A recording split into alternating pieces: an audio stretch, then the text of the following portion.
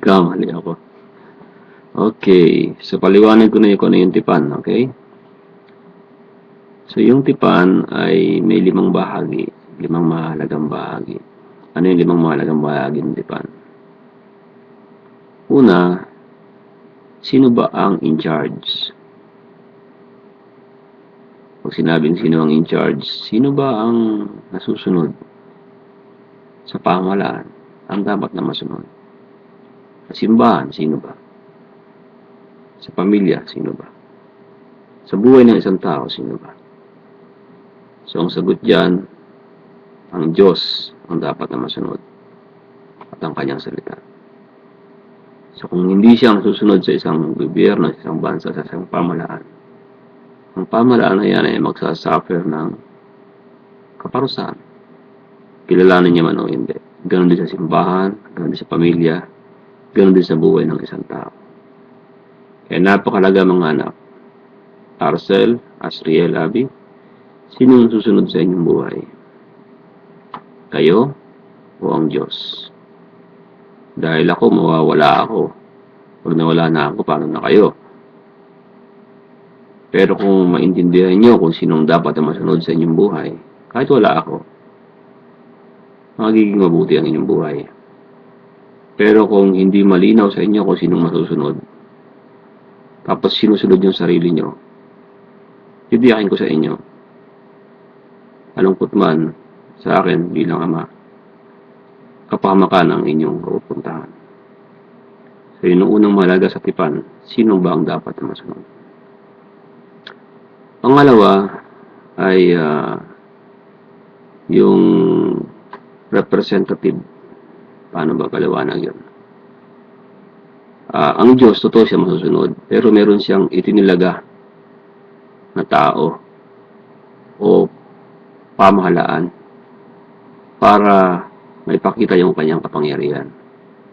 So, magitan ng isang pamahalaan, meron siyang sistema na ginawa.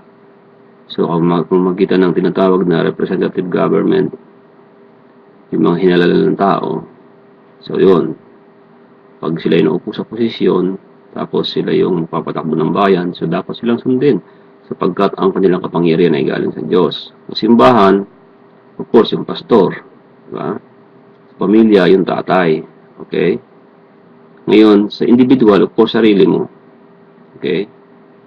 Kaya ang kaso sa ngayon ay halos hindi na nangyayari ito. Hindi na nasusunod yung authority.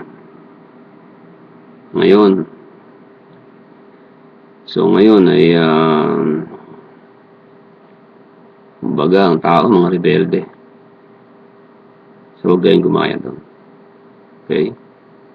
Pangatlong parte ng tipan ay ba yun? Kalimutan ko tuloy yung isa at pangatlo. Ethics. Tama, ethics. Moral standard. Ibig sabihin noon, pamantayan ng tama at mali. So, sa panahon ngayon, wala na rin malinaw na pamantayan kung anong tama at mali. Ang pamantayan ng tao ngayon, sarili niya. Kung mali sa akin, mali sa akin yun. So, hindi ko pwedeng ipilit sa'yo. Kumbaga, iba yung tama sa akin, iba yung tama sa'yo. Maaaring yung tama sa akin, mali sa'yo. So, wala na, ang tao ngayon hindi na naniniwala na mayroon talagang batas o pamantayan na binigay ang Diyos kung ano ang tama at mali. So, nakasaad yan, maliwanag yan sa tipan.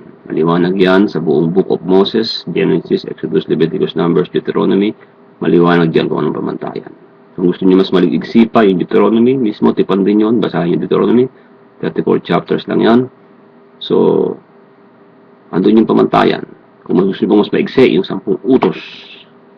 Kung gusto niyo pang pinakamaigsi, yung Matthew 22. Ang sabi doon ay ibigin mo ang Diyos ng iyong buong puso, buong lakas, at ibigin mo yung kapwa gaya na yung sarili. So, meron talagang pamantayan. So, pag hindi mo inibig ang Diyos ng buong mong lakas, mali yung ginagawa mo. So, pag hindi mo inibig ang iyong kapwa gaya na pag-ibig sa iyong sarili, mali yung ginagawa mo. So, yun ang tanong. Tama at mali. May pamantayan. Pangatlo na ba yun? Pang-apat ay panata. panata doon sa pamantayan na binigay ng Diyos. Kung pinakita ng Diyos kung anong tama at mali, dapat magkakaroon ka ng panata na gagawin ko yung tama. Kasi pag ginawa mo yung tama, pagpapalain ka ng Diyos. Pag ginawa mo yung mali, susumpain ka ng Diyos. Kaya doon sa tipan, napakalaga nung blessing and curse. Blessing and curse. If you obey, you will be blessed. If you disobey, you will be cursed. So pag sinira mo yung tipan, sumpa ang aabutin. Pag sinunod mo yung tipan, blessing ang aabutin. So kung gagawin mo yung tama, pagpapalain tayo ng Diyos, iginhawa ang ating buhay. Ngayon kung hindi natin gagawin yung tama, susumpain tayo ng Diyos. Yung panglima na elemento ng tipan ay yung continuity. Continuity, pagpapatuloy. Ibig sabihin, kung matuwid ang gagawin, tutuloy ng Diyos yung saling lahi. Yung mga inheritance, tutuloy ng Diyos yan.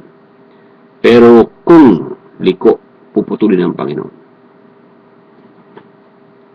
Puputulin ng Panginoon. Kaya napakalaga nun. Okay, so review. Ano yung 5 sangkap ng tipan? Tatanungin ko kayo niya, magkakaroon tayo ng quiz. Ano yung 5 sangkap? Una, sino ba ang dapat na masunod? Pangalawa, mayroong itinalaga ang Diyos na kanyang representative.